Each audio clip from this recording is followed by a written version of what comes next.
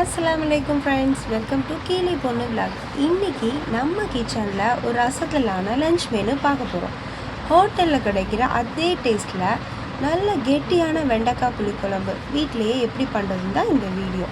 நம்ம ஒரு ஸ்டைலில் நல்ல மணமான காரமான இந்த குழம்பு பண்ணுறது ரொம்ப சிம்பிள். முக்கியமாக வெண்டைக்காய் வளவளப்பாக இல்லாமல் ருசியாக வர நான் சொல்லியிருக்கிற சின்ன டிப்ஸை ஃபாலோ பண்ணுங்கள். இது சுட சுட சோறு கூட வச்சு சாப்பிடும்போது அவ்வளோ டேஸ்ட்டாக இருக்கும். வாங்க இப்போது வீடியோக்குள்ளே போகலாம். ஒரு மிக்ஸி ஜார் எடுத்துக்கோங்க. அதில் ரஃப்பாக 2 வெங்காயத்தை கட் பண்ணிக்கோங்க. ஒரு பெரிய சைஸ் தக்காளி, ஒரு 1/4 டீஸ்பூன் சீரகம், 2 பத்தை தேங்காவை சேர்த்து நல்லா பேஸ்ட்டு போல் அரைச்சி எடுத்துகிட்டு வந்துடுங்க. இந்த மாதிரி பக்குவத்தில் அரைக்கணும். ரொம்ப கொரப்பாக அரைச்சிடக்கூடாது. வெண்டைக்காவை வாஷ் பண்ணிவிட்டு இந்த மாதிரி நீட்டை வாக்கில் கட் பண்ணிக்கோங்க. இந்த மாதிரி கட் பண்ணும்போது பார்க்கவே சூப்பராக இருக்கும். ஒரு ஸ்டவ் ஆன் பண்ணிக்கோங்க. ஒரு பாத்திரத்தை வச்சுக்கோங்க. பாத்திரம் ஹீட் ஆனதுக்கப்புறமா நம்ம அந்த கட் பண்ணி வச்சுருந்த வெண்டைக்காவை சேர்த்துருங்க. சேர்த்துட்டு அந்த ஈரவாதம் போகிற வரைக்குமே நல்லாவே வதக்கி விட்டுருங்க. ரொம்ப கருக விட்டுறாதீங்க. லோ ஃப்ளேம்லேயே வச்சு வதக்கி எடுத்துக்கோங்க. இந்த மாதிரி ட்ரை ஆனதுக்கப்புறம் நம்ம ஒரு பிளேட்டில் ட்ரான்ஸ்ஃபர் பண்ணிக்கலாம். அதே கடாயில் நம்ம ஒரு 4 டேபிள் ஸ்பூன் ஆயில் சேர்த்துக்கோங்க. 4 டேபிள் ஸ்பூன் ஏன் சேர்க்குறோன்னா அப்போ தான் குழம்பு எண்ணெய் விட்டு பார்க்கவே சூப்பரான டேஸ்ட்டில் வரும். ஒரு 1 டீஸ்பூன் கடுகு சேர்த்துக்கோங்க. 1/2 டீஸ்பூன் வெந்தயம், 1/2 டீஸ்பூன் சீரகம், ஒரு சின்ன சைஸ் வெங்காயத்தை இந்த மாதிரி நான் கட் பண்ணி வச்சுருக்கேன், அதை போட்டுருங்க.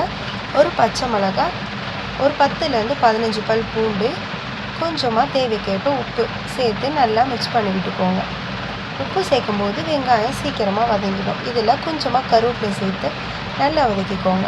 இந்த மாதிரி கண்ணாடி பதம் வந்த உடனே ஒரு 1/4 டீஸ்பூன் அளவுக்கு மிளகாத்தூள் சேர்த்துக்கோங்க. உங்களுக்கு ரொம்ப காரமாக வேணால் ஒரு 1 டீஸ்பூன் சேர்த்துக்கோங்க. இந்த மாதிரி கருக விட்டுறாமல் நல்லா வதக்கி எடுத்துக்கோங்க.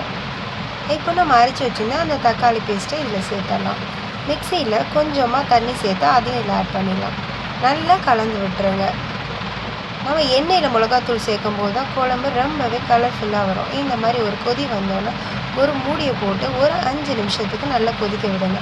எண்ணெய் லைட்டாக பிரிஞ்சு வந்துடும். இந்த ஸ்டேஜில் நம்ம கட் பண்ணி வச்சுருந்தோம் இல்லையா, ஃப்ரை பண்ணி வச்சுருந்தோம் இல்லையா, அந்த வெண்டைக்காவை சேர்த்துருங்க.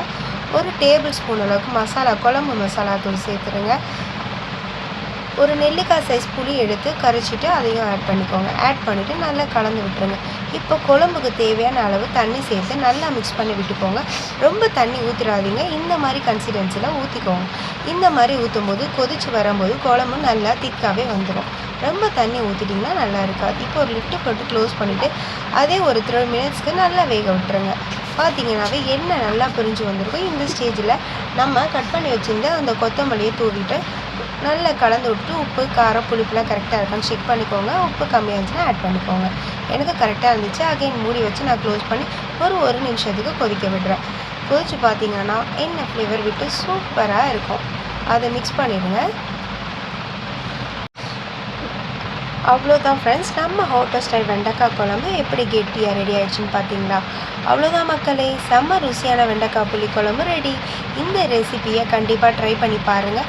இந்த வீடியோ பிடிச்சிருந்தால் லைக் பண்ணுங்கள், உங்கள் ஃப்ரெண்ட்ஸுக்கு ஷேர் பண்ணுங்கள். மறக்காமல் நம்ம கீழே பொண்ணு vlog சப்ஸ்கிரைப் பண்ணுங்கள்.